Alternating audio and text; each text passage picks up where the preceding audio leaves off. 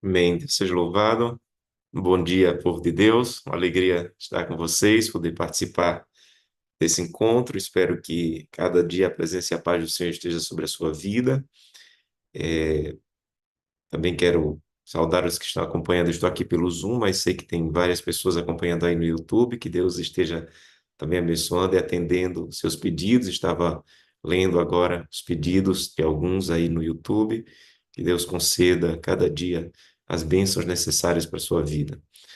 Meus irmãos e irmãs, o pastor Wagner me pediu para apresentar hoje e amanhã alguns temas relacionados à área que eu trabalho na Igreja Adventista.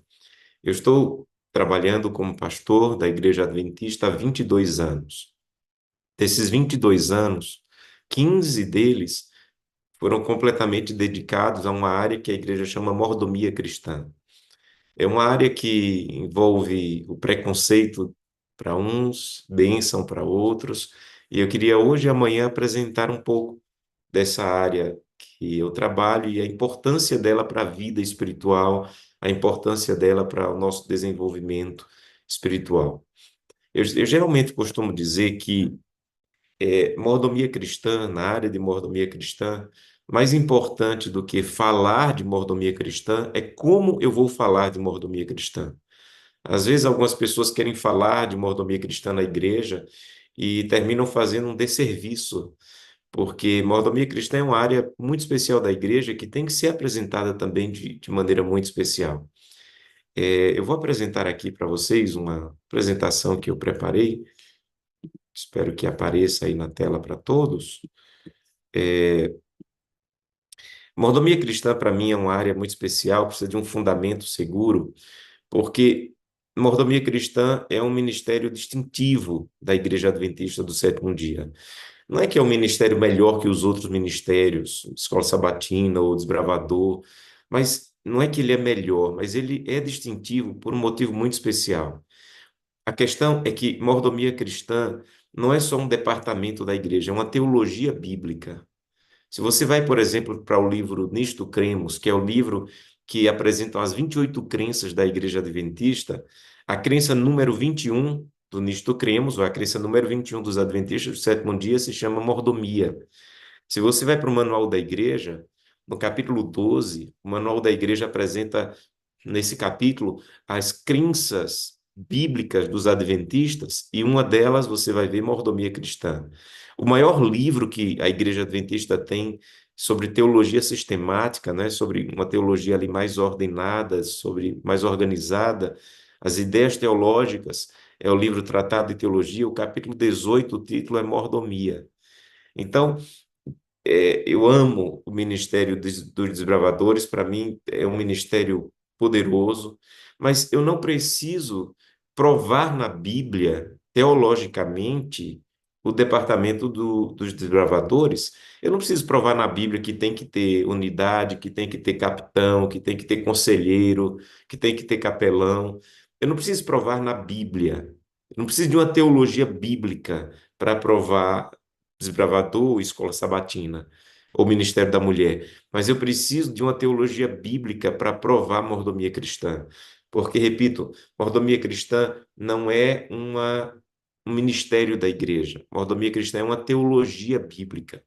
E a verdade é que eu só posso ensinar mordomia cristã se eu ensinar a teologia, porque mordomia não é um ministério de promoção. Então, na igreja você vê, por exemplo, a Escola Sabatina promovendo a assinatura da lição da Escola Sabatina.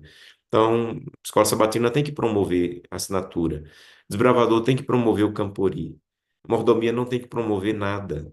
Mordomia tem que ensinar com base na Bíblia e no Espírito de Profecia. Eu não posso ensinar mordomia cristã, ou eu não posso aprender mordomia cristã sem aprender ou estudar teologia bíblica. Esse é o grande ponto que eu queria que você entendesse essa manhã. Você precisa ir para esse livro para poder entender a mordomia cristã. Porque antes de existir o departamento de mordomia cristã na igreja, já existia uma teologia bíblica de mordomia, que nós precisamos entendê-la. A grande questão, e esse é o ponto dessa manhã, É que tem muita gente que, quando pensa em mordomia cristã, pensa, entendi, pastor. Então, se eu tenho que entender a mordomia cristã, eu tenho que entender dízimos e ofertas.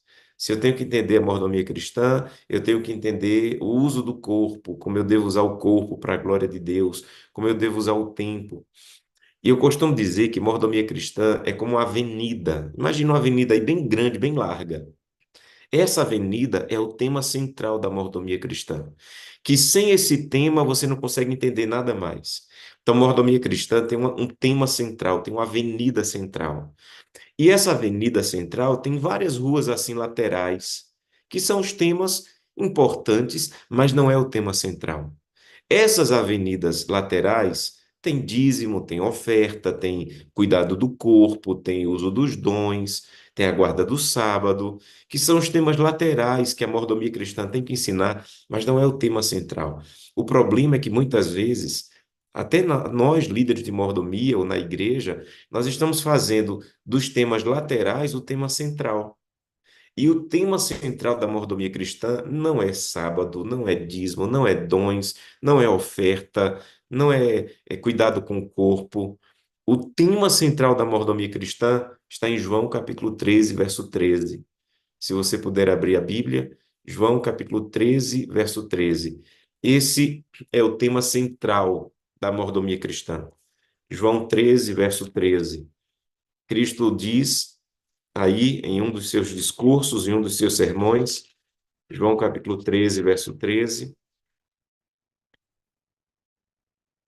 ele diz assim: Vós me chamais o Mestre e Senhor, e dizeis bem, porque eu sou. Então, Jesus está dizendo assim: olha, se você diz que eu sou Senhor da sua vida, se você diz que eu sou o Mestre da sua vida, você está falando bem, porque realmente eu sou. Amigos, a avenida central da mordomia cristã é Jesus Cristo é o Senhor. Jesus Cristo é o Senhor. Nada do que você tente entender de fidelidade e mordomia vai ser compreendido se você não entender o tema central. E o tema central é Jesus Cristo é o Senhor. Na verdade, meus irmãos, esse é um dos temas centrais da Bíblia. Um dos temas centrais da Bíblia é nos fazer entender Jesus Cristo é o Senhor. A tragédia é que tem gente querendo ensinar dízimo para pessoas que ainda não entenderam quem é o Senhor, ou que Jesus Cristo é o Senhor. Quando eu tento viver o dízimo e a oferta sem fazer de Cristo o Senhor da minha vida, eu posso até ser dizimista, mas apenas porque eu quero ter cargo na igreja. E como adventistas, nós acreditamos que uma pessoa não deve ser eleita como líder da igreja se ela não é fiel. Então, já que eu quero ser um líder da igreja, já que eu quero uma função na igreja, eu vou ser dizimista. Quando eu entendo Jesus Cristo é o Senhor, eu não vou querer ser dizimista porque eu quero uma função na igreja. Eu vou ser dizimista porque eu entendi quem é o Senhor das minhas finanças. Nós estamos tentando ensinar vegetarianismo para pessoas que ainda não entenderam quem é o Senhor. E quando eu tento ensinar cuidado do corpo e ser vegetariano para uma pessoa que ainda não entendeu quem é o Senhor, a pessoa pode até ser vegetariana, mas apenas para se sentir melhor, mais santo e mais salvo do que quem come carne. E o objetivo não é esse. O objetivo é eu entender quem é o Senhor. E já que eu entendi quem é o Senhor, eu não vou mais comer do jeito que eu quero, eu vou comer do jeito que o Senhor da minha vida quer. Não para me sentir melhor do que esse ou aquele, mas para que o Senhor da minha vida, a quem eu entreguei a minha vida e o domínio da minha vida, seja glorificado. Então, eu não posso transformar a avenida central em temas laterais. E eu não posso transformar temas laterais na avenida central. Repito, a avenida central, o tema central é Jesus Cristo é o Senhor. Os temas laterais são dízimos, ofertas, sábado, cuidado do corpo. Mas se eu não entender o tema central, eu vou me atrapalhar com os temas laterais. Outro texto bíblico, Romanos 14, que fala a mesma coisa, mas com outras palavras. Romanos 14, a partir do verso 7. Romanos 14, a partir do verso 7. Diz assim: Porque nenhum de nós vive para si mesmo, nem morre para si. Porque se vivemos, para o Senhor vivemos. Se morremos, para o Senhor morremos. Quer pois vivamos ou morramos, somos do Senhor. Verso 9. E foi precisamente para esta finalidade que Cristo morreu e ressuscitou. Pare aí. Veja. Se alguém perguntar a você, veja só, amigo, eu estou querendo conhecer Jesus. E a minha dúvida é por que Jesus morreu? Qual foi a finalidade da morte de Jesus? Geralmente nós dizemos assim: Jesus Cristo, meu amigo, morreu e ressuscitou para ser o seu Salvador. Essa resposta é verdadeira, mas incompleta. Se você disser que Jesus Cristo morreu apenas para ser o meu Salvador, essa resposta está correta, mas incompleta. O texto de Romanos diz: a finalidade da morte e ressurreição de Jesus foi precisamente para esta finalidade que Jesus Cristo morreu e ressuscitou. Então, qual é a finalidade da morte e ressurreição de Cristo? Verso 9 diz: para ser Senhor tanto de mortos como de vivos. Então, a finalidade da morte de Jesus não é ser apenas Salvador. A finalidade da morte de Jesus é ser também Senhor de todos, tanto os que estão vivos quanto os que já morreram. Então, você só pode ensinar de maneira completa a finalidade da morte de Jesus se você ensina, ele quer ser Salvador, mas ele também quer ser Senhor. A tragédia é que nós vivemos em um mundo em que o cristianismo tem ensinado Jesus Cristo é Salvador. Está correto, mas incompleto. O mesmo Jesus que é Salvador, ele quer ser Senhor. E não é um Jesus diferente. Porque, infelizmente, às vezes se apresenta um Jesus Salvador e é outra fase, outro momento, Jesus Senhor. Não, é o mesmo Jesus. O mesmo Jesus que me salvou é o Jesus que quer ser Salvador. Desculpe, o mesmo Jesus que me salvou é o mesmo Jesus que quer ser Senhor. O mesmo Jesus que me tirou do pecado é o mesmo Jesus que quer transformar o meu caráter. Há um autor que diz que Jesus Cristo, o mesmo Jesus que me tirou da lama, agora ele quer tirar a lama de mim. O mesmo Jesus que me tirou da lama do pecado, agora ele quer tirar a lama do pecado de mim. Então, não há um Jesus diferente. Não é um Salvador e outro Senhor. É o mesmo Jesus. E a grande questão é que às vezes nós queremos recebê-lo como Salvador, mas temos dificuldade de recebê-lo como Senhor. E o objetivo, a finalidade da morte dele, acabamos de ler, é que ele seja o Senhor da nossa vida. Ellen White tem uma citação que ela diz assim: a maior obra que podem aspirar criaturas humanas é a obra de atrair homens do pecado para a santidade. Para realizar essa obra, é necessário lançarem-se sólidos fundamentos. Então, a maior obra que alguém pode se envolver com ela é a obra de atrair homens do pecado para a santidade. Para mim, isso aqui resume bem o que eu compreendo de mordomia cristã na Bíblia. Mordomia cristã não tem absolutamente nada a ver com ir a Cristo. Para ir a Cristo, meu amigo, minha amiga, você não precisa devolver dízimo. Para ir a Cristo, você não precisa guardar sábado. Para ir a Cristo, você não precisa ser ofertante. Para ir a Cristo, você não precisa ser vegetariano.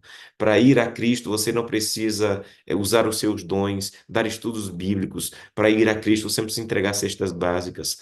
Para ir a Cristo, o único que você precisa é reconhecer que você é pecador e que Ele é um Salvador suficiente para perdoar os teus pecados. Só isso. Zero mordomia cristã para ir a Cristo. Pelo contrário, se eu ensino para uma pessoa que para ela ir a Cristo ela precisa ser dizimista, ofertante, vegetariana, guardar sábado, eu vou torná-la mais legalista do que ela já é. Então, para ir a Cristo, eu não preciso absolutamente de nada de obediência. Eu só preciso reconhecer que sou pecador e que há graça suficiente em Cristo para me receber. E Ele vai me receber sem dízimo, sem sábado, sem vegetarianismo, sem cuidado com o corpo, sem guarda do sábado, ele vai me receber como um pecador, pelo qual ele morreu, e que ele anseia que esse pecador vá a ele do jeito que está agora. Aí Ellen White diz: começa a maior obra. A maior obra é pegar esse pecador que foi atraído a Cristo e levá-lo pelo caminho da santidade. Aí entra a mordomia cristã. Mordomia cristã não tem nada a ver com o caminho que eu vou a Cristo, que nós chamamos de justificação pela fé. Mordomia cristã começa quando eu já fui justificado, aceito por Cristo, com nada de obras, absolutamente nada de obras. E agora, esse Jesus Cristo que me aceitou, ele quer transformar o meu caráter e me levar pelo caminho da santificação. Aí entra a mordomia cristã. Então, mordomia cristã não é o que eu faço para ir a Cristo. Mordomia cristã é o que Jesus Cristo faz em mim para que eu permaneça em Cristo. E não é agora por meio do homem. Então, para ir a Cristo, Cristo, através do Espírito, me conduz à convicção de que eu sou pecador e aceito por Cristo. Ah, pastor, então agora que eu já fui a Cristo, agora eu tenho que. Não, eu tenho não. Agora que eu já fui aceito como pecador, eu fui perdoado, justificado, agora o Espírito Santo continua me conduzindo na caminhada da santificação para que eu permaneça em Cristo e seja santificado. Então, não é a força humana para ir a Cristo, nem é a força humana para permanecer em Cristo. É sempre Cristo, porque a Bíblia diz: o querer e o efetuar é por meio dele. Eu não posso querer ir a Cristo por Cristo e agora permanecer em Cristo por mim, não. Não há nenhum momento em que o ser humano vai dizer assim: é por mim. Todo momento é por Cristo. É por Cristo. Abra sua Bíblia em Apocalipse, capítulo 17. Apocalipse 17. Para mim, é um dos textos mais lindos do livro do Apocalipse. Esse capítulo é um capítulo muito importante no livro do Apocalipse, porque ele vai falar sobre Jesus Cristo vencendo o dragão, a besta. É o capítulo da vitória. Aqui é a introdução do que nós vamos viver em Apocalipse 22, a vida eterna ao lado do Cordeiro. E Apocalipse 17 vai dizer que o dragão vai lutar, que a besta vai lutar e vai tentar destruir o povo de Deus e vai tentar pelejar. Mas o verso 14 diz assim: pelejarão esses poderes aí do dragão, da besta, da meretriz, pelejarão eles contra o cordeiro, mas o cordeiro os vencerá. Aleluia. Eu costumo dizer que se o livro do Apocalipse terminasse aqui, nós já teríamos o suficiente. O cordeiro vencerá, meus irmãos, minhas irmãs, quando nós chegarmos no céu, quando formos recebidos por Jesus Cristo. E quando ele colocar a coroa na nossa cabeça, quando essa coroa for colocada na nossa cabeça, ninguém, absolutamente ninguém vai dizer: eu venci porque fui dizimista. Eu venci porque fui ofertante. Eu venci porque entreguei cestas básicas. Ah, eu venci porque fui vegetariano. Ninguém. Quando a coroa for colocada na sua cabeça, você vai entender: o cordeiro venceu. Quem vence é o cordeiro, não sou eu. Não são as minhas obras, não é o que eu faço. O Cordeiro vai vencer. Por quê? Continua o verso dizendo: porque ele é o Senhor dos senhores e o Rei dos reis. Mas isso já é muito bom. Mas Deus ainda diz: vai ficar melhor. Porque o verso continua dizendo: e vencerão também. Aleluia. O Cordeiro vai vencer, mas não sozinho. Ele decidiu compartilhar sua vitória. Então, não é vitória de Josanã. Não é vitória das obras de Josanã, do que Josanã fez, do que Josanã conseguiu. É vitória do Cordeiro. E o Cordeiro vai compartilhar sua vitória com quem? Aí aqui tem três palavras essenciais. Com vencerão também os chamados, os eleitos e os fiéis que se acharam com o Cordeiro. Vejam, aqui está falando da mesma pessoa. Quem vai vencer tem três características em Apocalipse 17, 14. Ele é chamado, eleito e fiel. Chamado, meus irmãos, é o que Jesus Cristo fez na cruz do Calvário. Quando Jesus Cristo disse, está consumado, ele estava fazendo um chamado universal. Do primeiro homem que viveu ao último homem que vai viver, ele foi chamado à salvação suficiente na cruz do Calvário para salvar toda a humanidade. Nós não cremos numa salvação restrita. Nós cremos num chamado universal. Biblicamente, o chamado para a salvação, ele é universal. Não importa a religião, não importa a crença, não importa a idade. Jesus Cristo morreu para chamar todos. Você é ateu? Sou ateu. Você é chamado para a salvação. Não importa. Jesus Cristo, a salvação de Cristo foi tão grandiosa que o chamado dele foi universal, foi para todos. Todos. Pastor, então por que, apesar de que todos foram chamados para a salvação, nem todos serão salvos? Por causa da segunda palavra, eleição. Eleição, biblicamente, é a aceitação do chamado. Então o chamado foi para todos. Mas nem todos aceitam o chamado. Mas aqueles que aceitam o chamado foram eleitos. Eleição é a resposta divina ao homem aceitar o chamado divino. Então, eu aceitei que pela graça Jesus Cristo morreu por mim e pela fé eu aceito que ele é salvador suficiente. Eu aceito, Jesus, o teu chamado para me salvar. Aleluia. Você aceita? Então você foi eleito. A eleição é a resposta humana ao chamado divino. Pastor, e como é que eu sei que eu fui chamado e eleito? Aí vem a terceira palavra, fiel.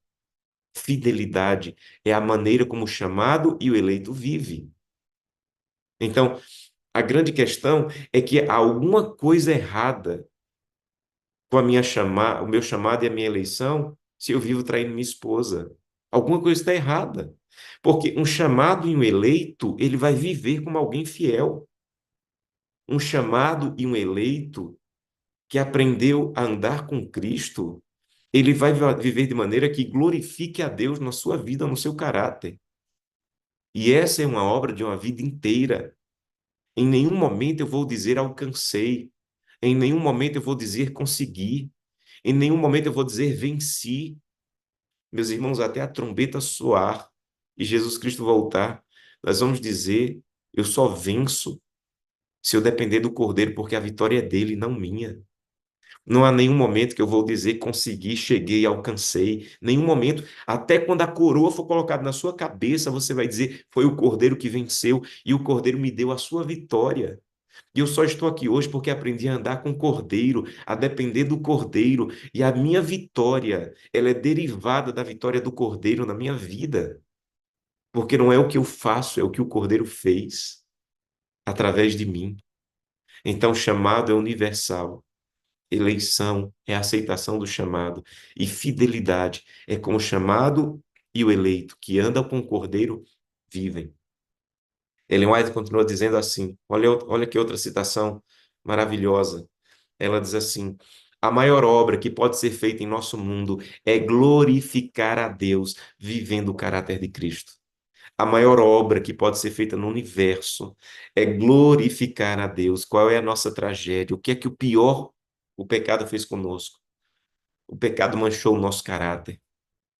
E a maior obra é você começar a caminhar com Cristo, para que você possa viver o caráter de Cristo. Então, deixa eu revisar com vocês.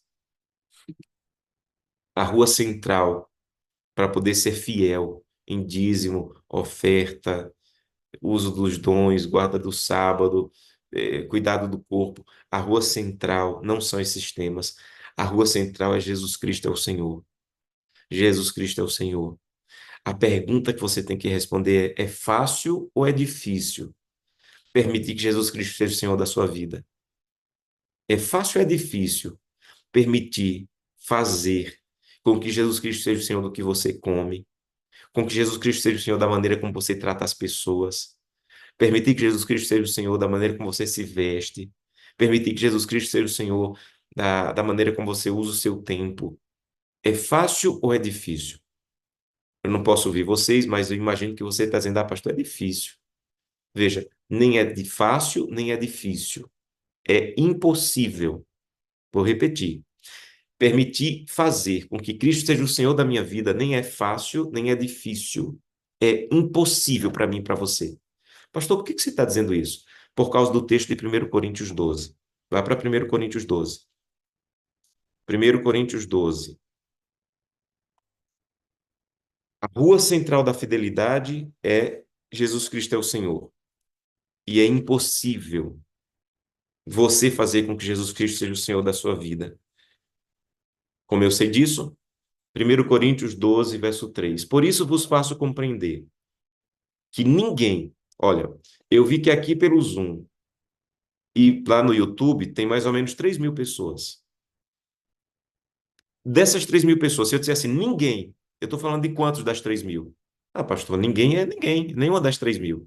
É isso que o texto está dizendo. O texto está dizendo, nenhuma das 3.000 pessoas que estão assistindo agora, ninguém que fala pelo Espírito de Deus afirma Jesus Cristo é maldição. Então, ninguém. Por outro lado, o verso continua dizendo ninguém. Quantos são ninguém, meus irmãos? Não, pastor, ninguém é ninguém. Dessas 3.000 pessoas aqui que estão assistindo, quantos são ninguém? Ninguém, pastor. Ninguém é ninguém. Ok. O texto diz: ninguém pode afirmar Jesus Cristo é o Senhor, senão por meio do Espírito Santo. Então, o texto está dizendo assim: o tema principal da fidelidade é Jesus Cristo é o Senhor, mas a grande questão é: ninguém pode fazer Jesus Cristo Senhor, senão por meio do Espírito Santo. É impossível você declarar Jesus Cristo é o Senhor da minha vida, do meu tempo, dos meus dons, dos meus recursos, se não for por meio da atuação do Espírito Santo. É o Espírito Santo que vai fazer com que uma pessoa declare em sua vida quem é o Senhor da sua vida. Então, não é por esforço próprio, não é por força própria, eu repito. Você pode ser um bom dizimista, porque quer um cargo no final do ano na igreja. Você pode ser um bom vegetariano, porque quer ver até os 90 anos e não quer ter essa doença. Mas cuidar do corpo e ser fiel, de maneira que glorifique a Deus e transforme o seu caráter, só é possível se Jesus for o Senhor da sua vida. E Jesus só pode ser Senhor da sua vida se for por meio da atuação diária do Espírito Santo. Porque ninguém pode declarar Jesus Cristo é o Senhor senão por meio do Espírito. Ninguém. Então, o tema central da mordomia cristã é Jesus Cristo é o Senhor. E ninguém pode tornar Jesus Cristo é o Senhor por seu esforço próprio.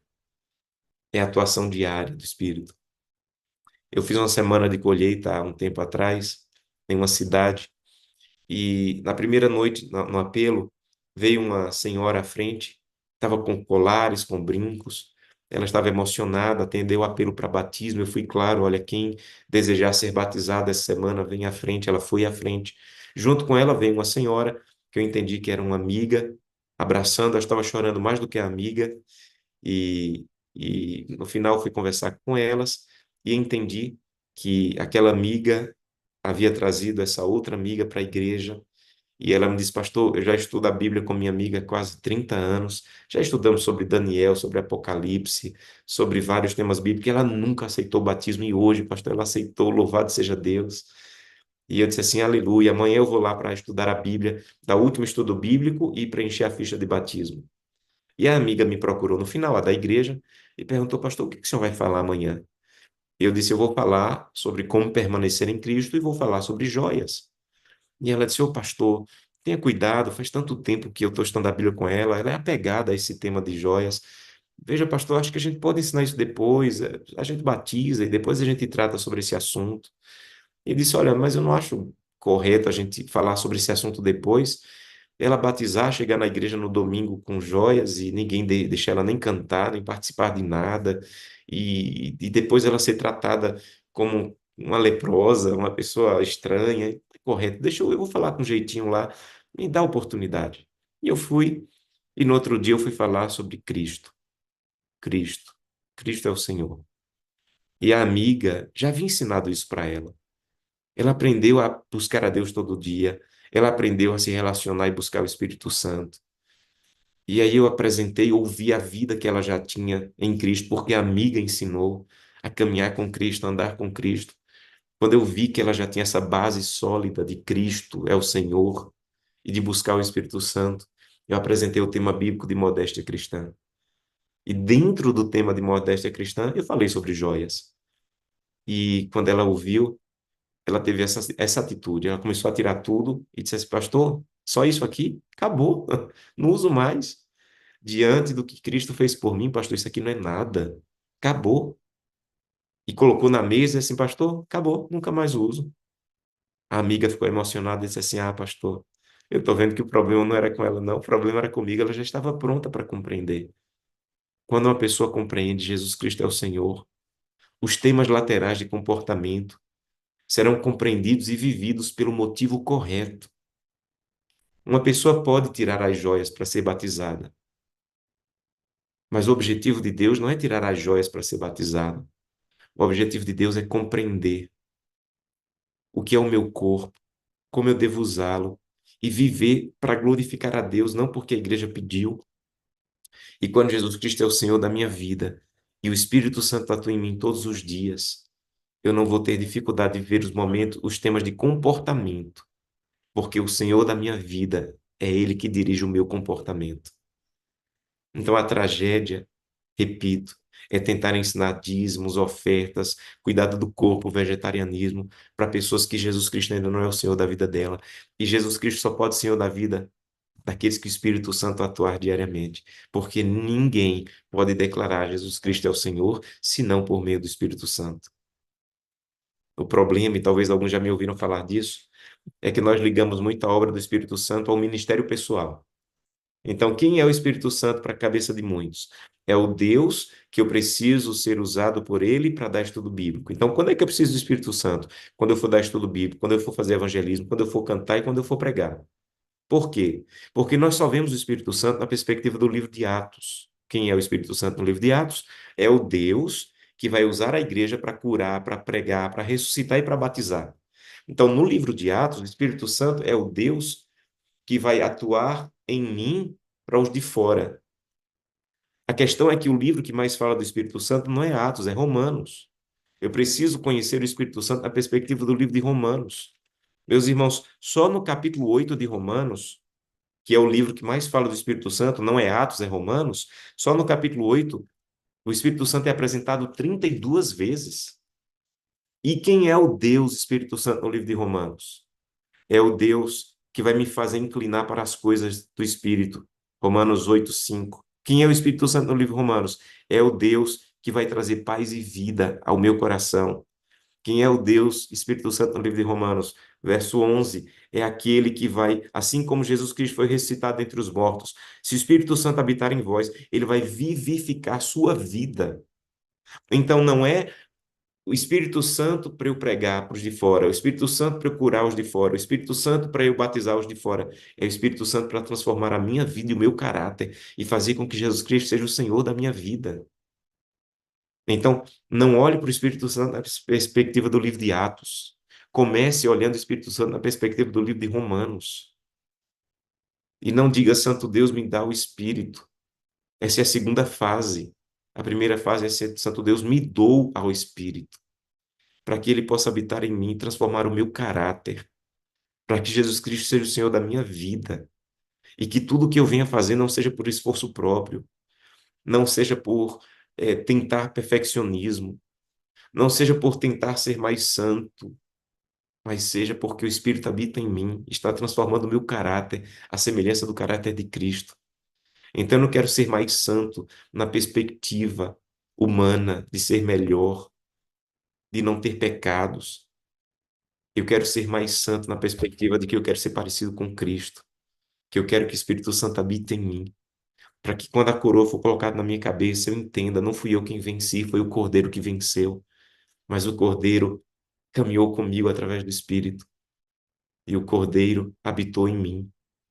E eu fui chamado, eleito e vivi de maneira fiel pela atuação diária do Espírito Santo e Jesus Cristo sendo o Senhor da minha vida. Então, a grande questão é por que eu quero a presença do Espírito Santo na minha vida? Se eu quero para fazer a obra de Deus lá fora, eu comecei pelo lugar errado. Eu peço o Espírito Santo todo dia para fazer a obra de Deus aqui dentro. Eu peço o Espírito Santo todo dia para que o meu coração, o meu caráter, o meu temperamento, o meu comportamento seja transformado. Eu não preciso todo sermão pregar do Espírito Santo. Há outros temas bíblicos que têm que ser apresentados, mas eu preciso todo dia pedir a presença dele na minha vida, para que o sermão da minha vida seja todo dia Cristo habita em mim. Jesus Cristo é o Senhor da minha vida. Isso por meio do Espírito Santo. O Espírito Santo é um Deus muito educado e que não tem nenhum problema de ficar nos bastidores e deixar com que Cristo seja o Senhor, que Cristo dirija. Não tem nenhum problema. O Espírito Santo é um Deus muito educado e um Deus que não tem nenhum problema de que você esteja glorificando o caráter de Cristo, de que você esteja representando bem a Cristo. Mas se não for por meio da atuação diária dele, isso não vai acontecer, porque ninguém pode declarar Jesus Cristo é o Senhor da minha vida, senão por meio do Espírito. Então, o tema central é Cristo é o Senhor. Os temas laterais são dízimo, oferta, sábado, dons, mas esse tema central só pode ser real se diariamente o Espírito Santo habitar em mim. Última citação, uma citação que eu sei que você já conhece, mas eu queria terminar com ela. Olha que coisa linda. Você lembra da igreja de Atos 2?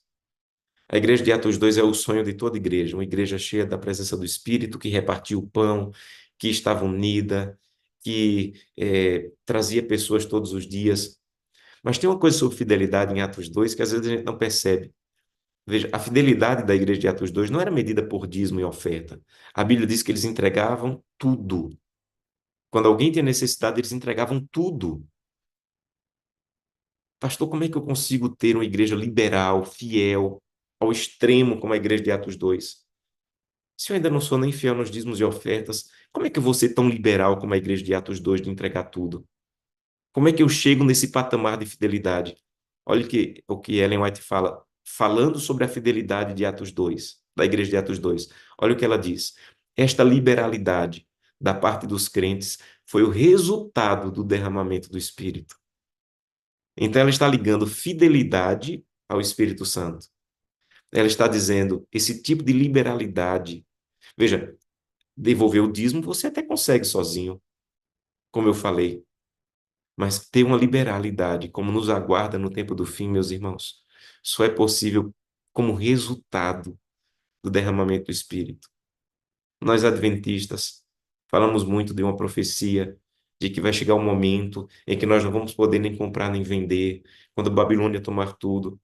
Ô, meus irmãos, nós falamos dessa profecia, mas nós não fazemos ideia do que é viver essa profecia. A gente não faz ideia do que é não poder colocar gasolina no carro, colocar gasolina na moto, não poder se locomover.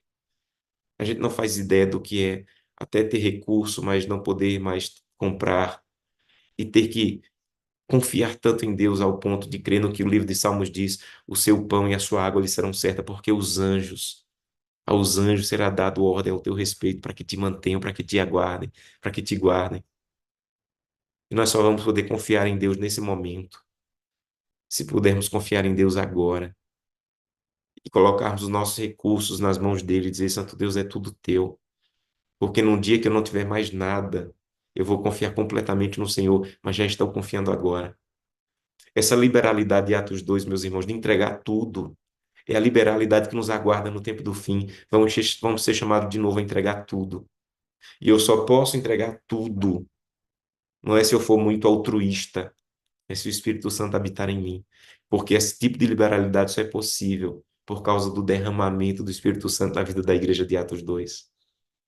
Então eu quero convidá-lo essa manhã a dizer: Santo Deus, me ajuda a viver esse tipo de fidelidade, em fidelidade no meu corpo, nos dons, no recurso, na guarda do sábado, mas eu entendi hoje que isso só é possível se Cristo for o Senhor, e eu só vou poder declarar Jesus Cristo é o Senhor pela atuação diária do Espírito Santo. Que Deus te abençoe, para que você não peça o Espírito Santo para usar você para os de fora, que você comece pedindo o Espírito Santo para transformar o seu caráter, para quando você for para os de fora, você represente bem a Deus, porque Ele já é o Senhor da tua vida.